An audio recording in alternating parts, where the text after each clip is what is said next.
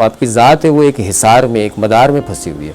तो उससे निकलने के लिए ये नुस्खा बड़ा इंतहाई मुफीद है और ये मुसलसल नहीं खाया जाता, ये महीना डेढ़ खाया जाता है और फिर ठीक हो जाता है मरीज़।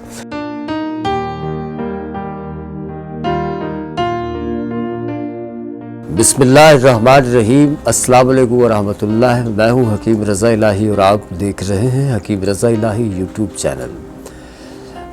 नाज़रीन, एक एहसासाती मर्ज़ होता है जिसको OCD डिज़ीज़ भी कहा जाता है, फ़ोबिया डिज़ीज़ एक तरह की।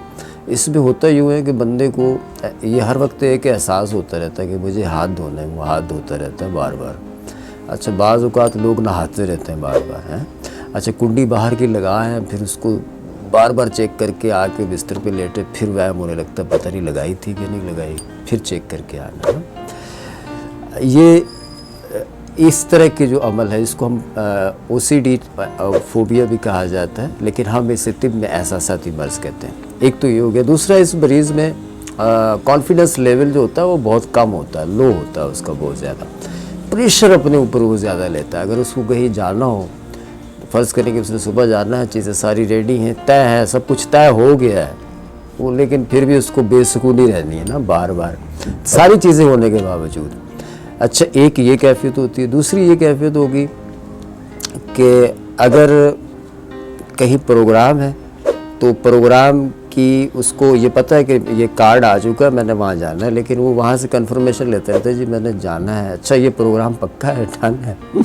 ये कैफियत है। तो इसमें ख़ुसूसी तौर पे जो ज़्यादा कैफियत पाई जाती है OCD डिज़ीज़ में, या हम तिब में इसे एहसासाती मर्ज़ कहते हैं, इसमें बार बार एक ही एहसासात का तबीयत के अंदर वार्ड होना और बार बार ये कैफियत रहनी। ऐसे पेशेंट हमने अमूमन देखे हैं, नफासत पसंद ज़्यादा होते हैं और खाने पीने में भी बहुत एहतियात बरतते हैं। वो एहतियात जो हद से ज़्यादा ही हो जाए, है ना।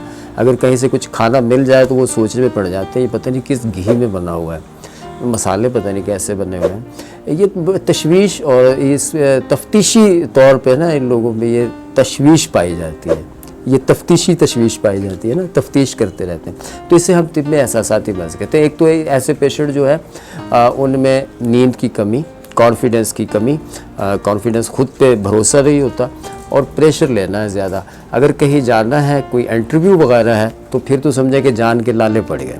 अच्छा, वो फुल तैयारी होगी, लेकिन जैसे जैसे डेट करीब आएगी उसका प्रेशर बढ़ता जाएगा तबीयत में। थोड़ा सा गुस्सा आएगा तो जिस समय कपकपी शुरू हो जाएगी। और ये सोशल जो है वो कम होते हैं। सोशल मतलब दोस्तों से मिलना जुलना इनका बड़ा कम होता है, तकरीबात में जाना बहुत कम होता है, ये अकेले रहना ज़्यादा पसंद करते हैं, ठीक है जी, और अपनी ही दुनिया में होते हैं और यही ख्यालात होते हैं जो बार बार रिपीट हो रहे होते हैं। बेसिकली इसे हम जो है तिब में हम इसको एहसासाती मर्ज़ कहते हैं और दीगर जो एलोपैथिक वाले हैं वो OCD डिज़ीज़ या ऐसी कोई कैफियत इसका नाम देते हैं, लेकिन इसमें एंटी डिप्रेशन और एंजाइटी की मेडिसिन दी जाती हैं। लेकिन ये वो मसला नहीं है। असल में ये मसला है कि आपका जो जहन तिब में हम कहते हैं मुफर्रा, यानी जहन अफसरदा रहता है या मुफर्रा होता है। मुफर्रा यानी कि खुशी की महसूस करना, अफसरदा यानी मायूसी उदासी की कैफियत रहती है, या डर या वहम की कैफियत रहती है। उसके लिए ज़रूरी है कि आप दिलो दिमाग को मुफर्रा करने, खुश करने वाली चीज़ें इस्तेमाल करें, जैसे तिब में मौजूद है जिसमें खबीरा रेशम है, देखें उसके ऊपर लिखा होता है मुफर्रा क़ल्ब है, मकवी असाब है ना। इस तरह खबीरा मरवरीद है, उसके ऊपर भी लिखा होता है। दवाल मस्क जवाहरदारी, ये पैक दवाइयाँ जो मैं बता रहा हूँ आपको, है ना। और एहसासाती जो बीमारियाँ उनके लिए मुख्तलिफ़ किस्म की दवाइयाँ, जिसमें दवाएँ ऊद सलीब खसूसी अहमियत की हामिल है, ठीक है। तो ऐसी कंडीशनों में ये नुस्खा इस्तेमाल करना है जी, ये याद रखिएगा आप। इसमें हमने लेना है जी, बाल छड़ लेनी है हमने 50 ग्राम, ये है ऊद सलीब, है ना। ऊद सलीब ये लेनी है आपने 30 ग्राम। फिलफिल दराज है, ये लेनी है 30 ग्राम। छोटी इलायची लेनी है 30 ग्राम। संदल सफ़ेद लेना है 30 ग्राम। इसमें शाख मरजान जो है वो मिल जाएगा आपको बाज़ार से बना हुआ, ये लेना है 10 ग्राम। याकूत इसमें लेना है जी आपने 10 ग्राम। सारी चीज़ों को पीस के आप रख लें बारीक करके, और इसके 0 साइज़ के 00 के कैप्सूल भर लें। किसी साइकोलॉजिस्ट की अगर कोई मेडिसिन खा रहे हैं तो उसके साथ भी आप इसका इस्तेमाल कर सकते हैं, कि बहुत सारे ऐसे पेशेंट हैं OCD के जो सालों से इसकी मेडिसिन खाए जा रहे हैं, नहीं खाते तो उनको तशवीश हो जाती है मेडिसिन ख़त्म होने वाली है, अब पता नहीं क्या होगा। तो इन तमाम इस अपनी जो आपकी ज़ात है वो एक हिसार में, एक मदार में फंसी हुई है। तो उससे निकलने के लिए ये नुस्खा बड़ा इंतहाई मुफीद है, और ये मुसलसल नहीं खाया जाता, ये महीना डेढ़ खाया जाता है और फिर ठीक हो जाता है मरीज़। ठीक है जी।